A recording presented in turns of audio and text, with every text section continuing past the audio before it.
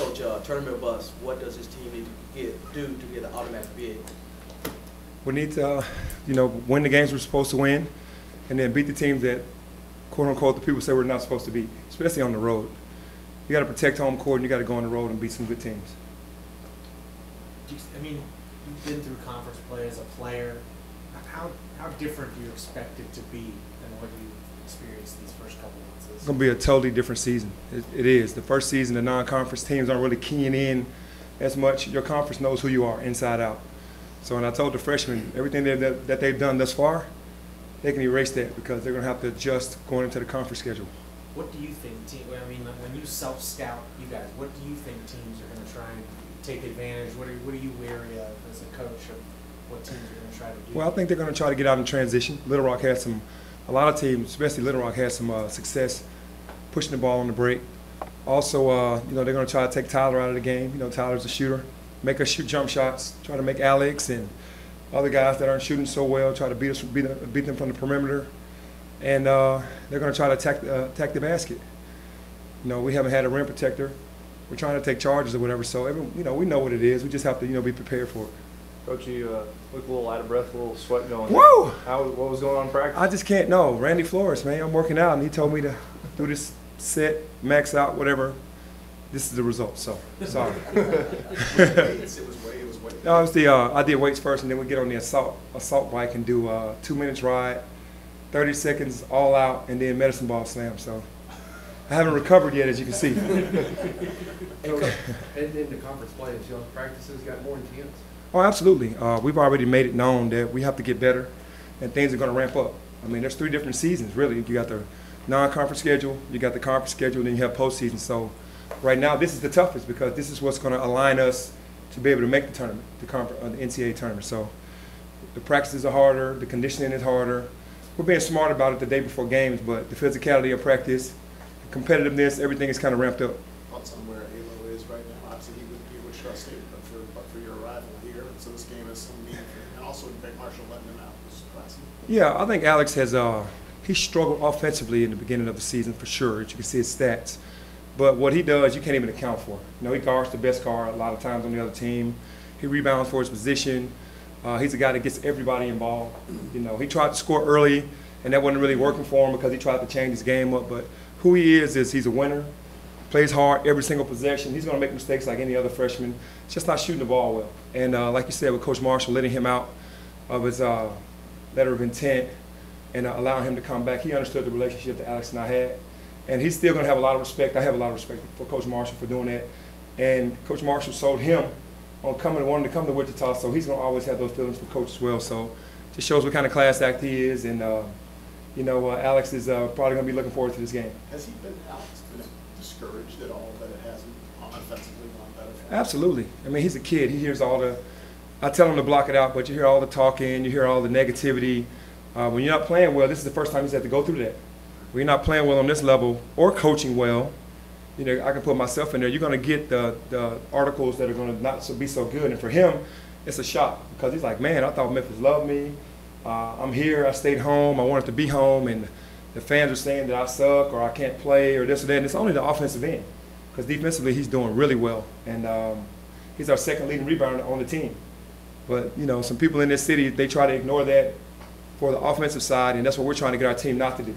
For us to win championships, we're going to have to do it on the defensive end. Can they develop offensively over time? I mean, Andre Turner, there's been lots of folks who came here and didn't set the world on fire at the beginning. But yeah, you mentioned Andre's name. I remember when Andre was the guy that they were talking about, with the turnovers that he was having. And Andre was the guy that was always full of confidence. And Alex has to keep his confidence and his swag about himself, about who he is. But he's going to develop an offensive game. It's not like he can't score. It's what he tried to do early in the season that wasn't him. It caused him to get into a funk. And he just hadn't gotten out of that funk yet. But he works out in the gym all the time. He's getting prepared to be able to make those shots, and he's going to make them. I have confidence that he is, but he just started off in a slump. Penny, at this point, what do you feel like you know for sure about all of your guards, and what are you still trying to find out? One thing I know for sure is that they're all going to fight. They all have this toughness about them that they're going to fight and scrap. That's what they're going to do. They don't all know everything that they need to know about the game, and that's our job. That's my job. And the thing that I'm going to find out is that if they're willing to get better in all aspects of the game. from passing to setting screens for each other to running and play hard, even if the play is for you or not. Being very unselfish, not caring who gets the glory of the show, because when you have guards that can really score, all of them want to be the guy. So, you know, they all have to put their egos to the side and sacrifice for one another. And I want to see moving forward who's willing to do that. Because right now, or early on, they were kind of fighting that who's going to be the guy. And now it just needs to be unselfishness, and everything's going to work itself out. There's kind of an old line in basketball that, you know, you're going to have trouble unless the pecking order is clear. The pecking order doesn't look like it's necessarily clear yet. And you buy into that? Oh, absolutely. I made that speech after the game. Until we find the pecking order or know who the guys are that deserve to have the ball instead of the guys are trying to be that guy, and then everybody just plays their role because they all bring something significant to the table. Everybody can't be that guy. And we know Jeremiah is our first team preseason all-conference guy who averaged 19 points a game last year, so it's definitely his ball. Then after that, you fall in the line, and Tyler Harris is definitely, you know, giving himself a chance to be one of the guys that deserves the ball, but so does Kevin Davenport. He and Jeremiah were the two top leading scorers from last year. And we need the other guys to kind of chime in wherever. And I'm sure on a certain night when they get hot, we'll feed them. But going into the game, you got to know who the pecking order, what the pecking order is. What's David's status going into conference play? Right now, David is still injured. I'm waiting on Brad to you know, give us some insight on, you know, how many more weeks. We don't know where it is with him and David, and we're just waiting on him to get healthy. What's the biggest strength of your team right now? Turning people over is our biggest strength. You know, we're being able to turn the best of teams over 20 to 23 times a night. That's great, but we can't do it 17 times a night. So I think our strength right now, besides turning people over, is our guard play. You know, we're still scoring in the 90s, not really playing well, so that's a blessing within itself. Today, Craig Marshall said he's not really sure what Wichita's strength is. When you watched the film, what challenges do they present? They just play hard. You know, he has that deal where they play angry. You can tell the energy, even the freshmen that come in. Everybody plays tough, plays hard, and that wins you a lot of games, especially in league play, because the talent goes out of the window. It's who wants it the most. And a lot of the film that I've watched, they played really hard. Even though they've lost in 5 games, they've still played hard. Turnovers, some of them have come from your press, but not all of them. And it seems like you've kind of been back and forth on how much to use the press. Where are you on that now? Well, we're getting better with it. You know, some guys weren't rotating properly and leaving shooters open, and you can't afford to press and leave those shooters open. And until I feel comfortable with it, we'll throw it in here, there, maybe after timeout, maybe in certain parts of the game, but we can't fully be in it the way I want to, because first you have to have a rim protector. We don't have guys that can protect the rim in case we get a 2-on-1 fast break that we give up from gambling too much up top, and then guys in the middle aren't really reading the pass, the next pass. So until we get better with that, then we'll just be using it sparingly. You mentioned in conference play, the teams just know you better, and I'm curious from your perspective, how does going into conference play, how does it change what you do preparing as a coach and you know, strategizing and implementing things? And then this offseason, how much did you study the league to kind of get to know the league because you're a new coach? Yeah, well, first to answer your question, you just to get prepared for league, you have to have your guys ready for the first, second, and third option. You know, the first option might not be good enough against you. Want your first option to work. You want to tough it out, but if that first option isn't there, you got to prepare for the second and the third options, because you still want to get that basket and you want to make the right reads.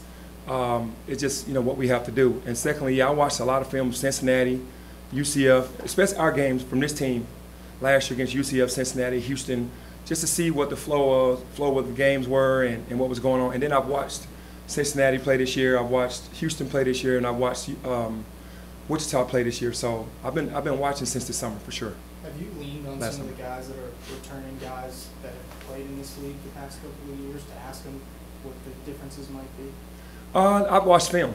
I've actually, you know, I'll talk to Jeremiah a little bit about it, but you know, the teams that have been so dominant in this league have been, you know, the tougher teams: Cincinnati, Wichita, Houston, and now UCF. You know, anytime you have a 7'5" guy, Taco Fall, in the middle, you're one of the better defensive teams in the country, because he's going to be a rim protector. So I watch those games and understand who they are, what they like, what they don't like, what other teams have done successful against them in the games, and I've just kind of written notes down.